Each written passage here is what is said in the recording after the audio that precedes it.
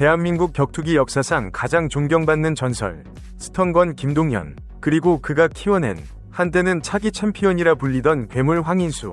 피보다 진해 보였던 그들의 인연은 어째서 되돌릴 수 없는 파국으로 치달았을까요? 은퇴한 지 6년이 넘은 40대의 스승에게 전성기를 달리고 있는 제자가 싸움을 거는 기이한 상황. 과연 이것은 제자의 당당한 도전일까요? 아니면 선을 넘은 배신일까요? 오늘 우리는 링 위가 아닌 인간관계의 가장 어두운 면을 파헤쳐보려 합니다. 벌써 2년이라는 시간이 흘렀지만 이 사건이 남긴 충격과 후폭풍은 2025년 오늘까지도 현재 진행형입니다. 로드 FC 챔피언 황인수가 자신의 뿌리이자 한국 MMA 위 상징인 김동현을 공개적으로 콜아웃했던 그 순간, 그것은 단순한 과거의 대결 신청이 아니었습니다. 지금까지도 황인수에게 지워지지 않는 낙인이 되어버린 그날의 도발. 도대체 그 이면에는 어떤 감정과 오해가 얽혀 있었던 걸까요? 채널 구독과 좋아요 잊지 마시고 다음 소식과 이야기들도 놓치지 마세요. 이야기를 시작하기 위해 우리는 시간을 거슬러 올라가야 합니다. 김동현이라는 이름은 한국 격투기 그 자체였습니다. UFC 웰터급 랭킹 6위, 아시아 최다승 기록. 그는 명실상부한 살아있는 전설입니다. 하지만 2017년 싱가포르 대회 이후 그는 옥타곤을 떠났습니다. 공식적인 은퇴식만 없었을 뿐 2019년 7월 그는 자신의 SNS를 통해 방송 활동과 가정, 체육관 운영으로 더 이상 현역 경기를 치르기 어렵다, 이걸 은퇴라고 본다면 은퇴가 맞다라고 명확히 밝혔습니다. 그는 이제 파이터가 아닌 한 가정의 가장이자 방송인, 그리고 후배를 양성하는 지도자의 길을 걷고 있었습니다. 그 지도자의 길목에서 만난 가장 아픈 손가락, 바로 황인수였습니다. 황인수는 김동현이 만든 팀 스턴건 소속으로 김동현의 지도를 받으며 괴물 같은 타격가로 성장했습니다. 당시 두 사람의 관계는 단순한 관장과 관원을 넘어선 듯 보였습니다. 특히 황인수가 과거 최원준 선수와의 시합에서 패배한 직후 큰 논란이 터졌을 때 김동현의 대처는 그가 제자를 얼마나 아꼈는지를 보여줍니다. 당시 황인수의 지인들이 일반인들을 향해 협박과 욕설을 퍼부으며 여론이 최악으로 치달았을 때 김동현은 비난의 화살을 대신 맞으며 그를 감쌌습니다. 김동현은 과거 인터뷰에서 인수도 잘못이 있지만 그의 주변 친구들이 도움이 되지 않는 행동을 해서 많이 꾸짖었다고 말하며 나는 제자들을 엄격하게 관리한다고 밝혔습니다. 이는 스승으로서 제자가 올바른 길을 가길 바라는 진심이었습니다. 하지만 이 끈끈해 보였던 관계에 금이 가기 시작한 건 역설적이게도 김동현의 성공 때문이었습니다.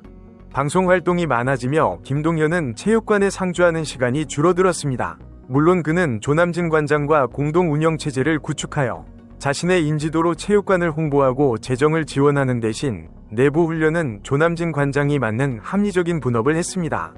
하지만 김동현의 이름만 보고 찾아온 선수들에게는 스승의 부재가 서운함으로 다가왔을지도 모릅니다.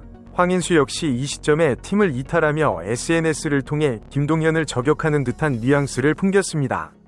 팀 스턴건 선수부 해체라는 결과에 대해 김동현 역시 책임을 통감하고 사과했습니다. 여기까지는 지도자와 선수 사이에 흔히 있을 수 있는 갈등이었습니다. 하지만 문제는 그로부터 4년 뒤 2023년에 터집니다. 2023년 이미 부록을 훌쩍 넘긴 40대의 김동현을 향해 전성기의 육체를 가진 황인수가 공개적으로 대결을 신청했습니다. 매미킹과 싸우고 싶다. 격투기 팬들은 귀를 위심했습니다. 이것은 스포츠맨십에 어긋나는 행위로 받아들여졌습니다. 김동현은 이미 6년 전 마지막 경기를 치른 사실상 은퇴한 노장입니다. 반면 황인수는 현역 챔피언이자 중량급 파이터입니다. 체급 차이, 나이 차이, 그리고 무엇보다 과거 스승이었던 사람에 대한 예우가 전혀 없는 도발이었습니다. 더욱 충격적인 것은 황인수의 태도였습니다. 그는 인터뷰에서 사람들이 자꾸 사제관계를 언급하는데 동현이 형은 내 스승이 아니다.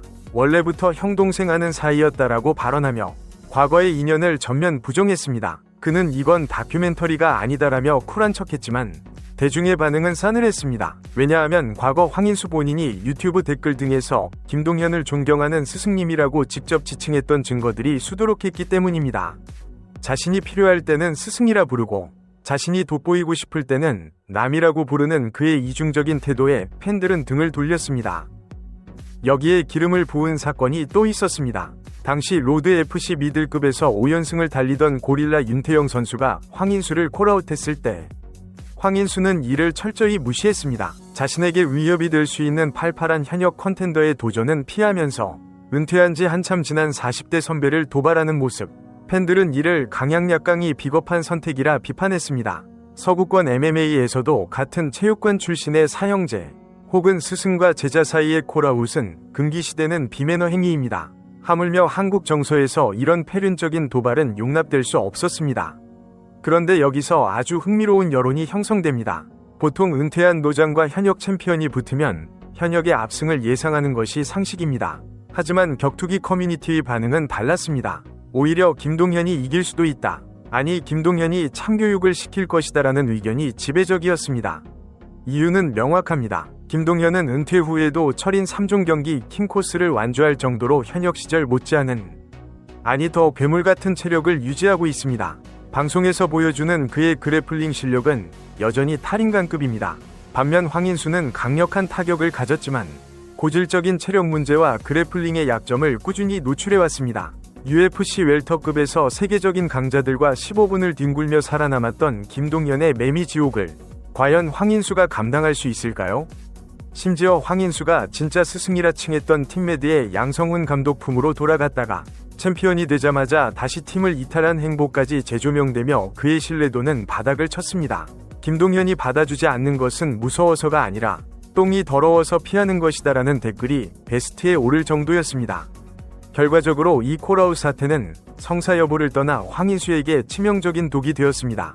그는 이슈를 만들고 싶었겠지만 그가 얻은 것은 스승을 무시하는 배은망덕한 파이터라는 낙인과 은퇴한 선배보다 약해 보인다는 굴욕적인 평가뿐이었습니다. 김동현은 묵묵부답으로 일관했습니다. 그 침묵은 회피가 아니라 대응할 가치조차 느끼지 못하는 거인의 품격처럼 느껴졌습니다. 대중의 반응은 단순한 비난을 넘어선 경멸에 가까웠습니다. 네티즌 수사대는 황인수가 과거 SNS와 유튜브 댓글에서 김동현을 존경하는 스승님이라 부르며 깍듯이 모셨던 증거들을 낱낱이 찾아내 공유했고, 이는 원래부터 형동생 사이였다 는 황인수의 해명을 새빨간 거짓말이자 자기 모순으로 만들어버렸습니다. 한국 사회, 특히 위리와 예절을 중시하는 체육계에서 가장 힘들 때 자신을 지켜준 스승에게 주목을 겨누는 행위는 용납될 수 없는 패륜으로 받아들여졌습니다. 격투기 커뮤니티에서는 실력은 괴물일지 몰라도 사람 담는 그릇은 간장 종지보다 작다, 배은망덕의 아이콘이라는 원색적인 비난이 쏟아지며 그의 챔피언 벨트조차 빛을 잃게 만들었습니다. 더욱 뼈아픈 것은 승부에 대한 여론의 흐름이었습니다. 보통이라면 현역 챔피언의 우세를 점쳤겠지만 팬들은 오히려 은퇴한 지 한참 지난 김동현의 압승을 확신하는 기현상이 벌어졌습니다. 은퇴 후에도 철인 3종 경기를 완주하며 괴물 같은 자기 관리를 증명한 김동현과 달리 1라운드만 지나면 체력이 방전되는 황인수의 약점이 비교되면서 지금 당장 붙어도 김동현이 참교육을 시킬 것이라는 조롱 섞인 분석이 지배적이었습니다. 김동현의 무대응은 회피가 아닌 급이 다른 자의 여유로 칭송받았고, 허공에 대고 소리치는 황인수의 모습은 대중들에게 그저 관심을 구걸하는 안타까운 총극으로 비칠 뿐이었습니다. 격투기는 링 위에서 주목을 섞는 스포츠이지만 그 이전에 사람이 하는 일입니다. 존경심이 사라진 투쟁은 그저 폭력일 뿐이며 뿌리를 잊은 나무는 결코 높이 자랄 수 없습니다. 황인수는 김동현을 이기고 싶었겠지만 링 밖의 싸움에서 이미 완패했는지도 모릅니다. 여러분은 어떻게 생각하십니까? 은퇴한 전설과 야망의 눈먼 제자의 대결, 과연 보고 싶으신가요? 아니면 그저 씁쓸한 해프닝일까요?